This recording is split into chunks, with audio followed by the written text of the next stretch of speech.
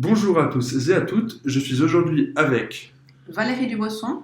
candidate aux élections fédérales 2023 qui va répondre pour nous aujourd'hui à quelques questions. Alors Valérie, je commence avec une question de Flavio Principi, donc un autre candidat. Alors Valérie, tu es conseillère communale maintenant. Ça a dû faire un immense bouleversement dans ta vie. Comment est-ce que tu as pu gérer ça? Ça a été un immense changement parce que je travaille à 50% à côté et donc j'ai cumulé les deux activités qui me font maintenant largement à 100%. Et à vrai dire, c'était extrêmement fatigant, c'était hyper intéressant aussi et très motivant. Et ça a été une gestion de groupe dans le sens où c'était une gestion familiale. Donc toute la famille s'y est mise. On a refait un partage des tâches ménagères avec mon conjoint. Et les enfants ont aussi pris certaines petites tâches ménagères en plus ou se sont pris aussi, ont pris beaucoup d'indépendance. C'est un travail d'équipe alors. Exactement, c'est vraiment un travail d'équipe. C'était un choix familial en fait. Est-ce que tes enfants et ton conjoint t'ont conseillé sur oui ou non tu voulais te présenter en tant que conseillère communale ou c'est une initiative Alors ils m'ont soutenue, donc c'était vraiment une décision qu'on a prise tous ensemble. Ouais. Et ils m'ont tous soutenue à le faire. Eh bien Flavio, on espère que ta réponse te satisfait. Alors, tu es conseillère communale, tu vises un poste de conseillère nationale. Là au milieu, ce qui revient, c'est conseillère. Est-ce que tu as un conseil à nous donner? C'est rester fidèle à ses valeurs. Ça t'a servi souvent? Oui, énormément. Et puis on remarque que quand on reste proche de ses valeurs dans les dossiers qu'on conduit à l'exécutif, on arrive aussi à faire passer des choses qui sont proches de nos valeurs, alors qu'on aurait pu avoir des doutes que ça passe. Le cliché que tu trouves le moins vrai sur les vertes et les verts? Un cliché sur les verts et les verts. Les Birkenstock. Les Birkenstock? Oui. Il n'y en a pas tant que ça ou il y en a plus que ça? Il n'y en a pas tant que ça en fait. Il n'y en a pas tant que ça. Est-ce que c'est un cliché qu'on entend souvent, les Birkenstock Je crois bien, oui. Les Birkenstock. Aujourd'hui, on est plus en chaussures de montagne ou en basket ou... En basket, j'ai envie de dire. Est-ce que ça traduit un changement chez les verts ou c'est juste la mode qui change? Il y a peut-être une pénétration des verts plus large dans la société en fait. Donc ça pourrait traduire un changement, ouais. Est-ce qu'il y a un lieu incontournable du canton de Neuchâtel que tu recommandes? La Ramée, à la tête, donc sur la commune. Ouais. Et tu peux nous décrire un peu plus cet endroit? C'est un site naturel en pleine végétation qui allie en fait la protection de l'environnement parce que c'est une zone protégée pour les oiseaux migrateurs, entre autres. C'est un lieu de fête aussi, c'est un lieu où les gens se rencontrent pour faire des barbecues, et puis c'est le lieu où on a justement dernièrement mis le port. Donc la commune a interdit les énergies fossiles dans ce port. Ok. Et donc c'est un lieu de rencontre un peu? Oui, exactement. Ok. Très bien, et ben on conseille à tout le monde d'y aller faire un tour pour le coup. Est-ce qu'il y a une recette que toi personnellement tu adores, mais que ton entourage déteste? La salade de pain de sucre. Alors il va falloir que tu me décrives cette recette que je connais pas.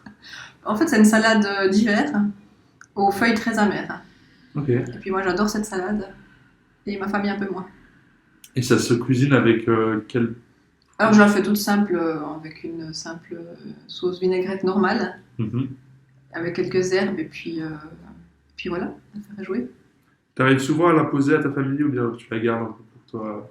Non, on en mange en famille souvent en hiver. Qu'est-ce qui te rend aujourd'hui la plus fière, Valérie? C'est d'avoir pu, au niveau de l'exécutif, faire aboutir des projets qui pesaient sur la commune depuis des années. Par exemple, le projet du camping. Là, j'ai un projet qui n'est pas encore abouti, donc je ne peux pas encore fanfaronner, mais c'est par rapport au port de la Ramée aussi, on doit faire une rénovation dans ce port. D'avoir pu faire avancer des choses. Est-ce que tu peux développer un peu ce projet du camping Le camping était géré par la commune depuis plus de 40 ans. Et puis ça a commencé à poser un souci au niveau communal parce que c'est difficile à gérer pour une commune de gérer du personnel de camping. C'était aussi difficile au niveau des investissements nécessaires pour le camping. Et puis ça faisait 20 ans qu'il y a des projets qui étaient cherchés pour ce camping. Et juste avant à la précédente législature, donc un projet avait été présenté avec une reprise par le TCS. Mais la commune devait encore investir 2,5 millions. Et puis moi, quand j'ai repris le dossier, j'ai demandé à ce qu'on rouvre le dossier puis qu'on fasse un appel d'offres à plusieurs investisseurs. Ce qu'on a fait. Ce qui a mis en fait tous les investisseurs entre eux en concurrence. Et puis c'est le TCS qui est ressorti quand même en premier. Par contre, ben là, il n'y avait plus de demande d'investissement de la part de la commune. Et ce qu'on a pu faire, c'est qu'au fur et à mesure des sélections des candidats, eh ben, on a mis des normes environnementales très strictes. Donc avec vraiment imposition d'autoconsommation, pas d'autoconsommation, mais que toute l'énergie soit produite sur le site, au niveau des matériaux utilisés pour la construction. Donc que l'impact environnemental du projet soit le plus faible possible. Voilà, donc au final, on a trouvé un projet. Puis aussi au niveau social, parce qu'on a aussi pu permettre aux résidents actuels de rester un peu plus longtemps sur le site. Très bien, merci beaucoup. Est-ce qu'il y a un voyage qui t'a marqué en plus que les autres? Un voyage au Grison, dans le Val Mustahir. Donc c'est une vallée très très reculée des Grisons, puis qui est absolument fantastique. On a aussi eu la chance d'y aller. C'était au mois de juin, les enfants étaient petits, la floraison était partout, donc c'était magnifique. Ouais. S'il y a beaucoup d'activités à faire là-bas ou c'est surtout de la randonnée et de la C'est contemplation? de la randonnée. On s'est aussi amusé au bord de la rivière à construire des petits barrages, des cairns. Voilà. Très bien. Et du coup, tu recommandes cet endroit pour tout le monde? Oui, de manière générale, les montagnes en Suisse sont fabuleuses. Je vais te demander de poser une question à Fabien Schwab, qui est donc le candidat suivant à passer dans cette émission. Oui, Fabien, nous sommes assaillis de mauvaises nouvelles sur l'environnement et la biodiversité. Qu'est-ce qui te donne encore de l'énergie et de la volonté pour t'engager et lutter? On lui posera la question dans l'épisode prochain. Je vais finir avec quelques dilemmes un peu, ou quelques questions courtes plutôt. Plutôt un pique-nique à la pointe du Grain ou un pique-nique au Mont Racine? Au Mont Racine. Pour l'altitude, pour la vue, Et peut-être aussi pour le calme. qu'on retrouve moins à la pointe du Grain pour le coup.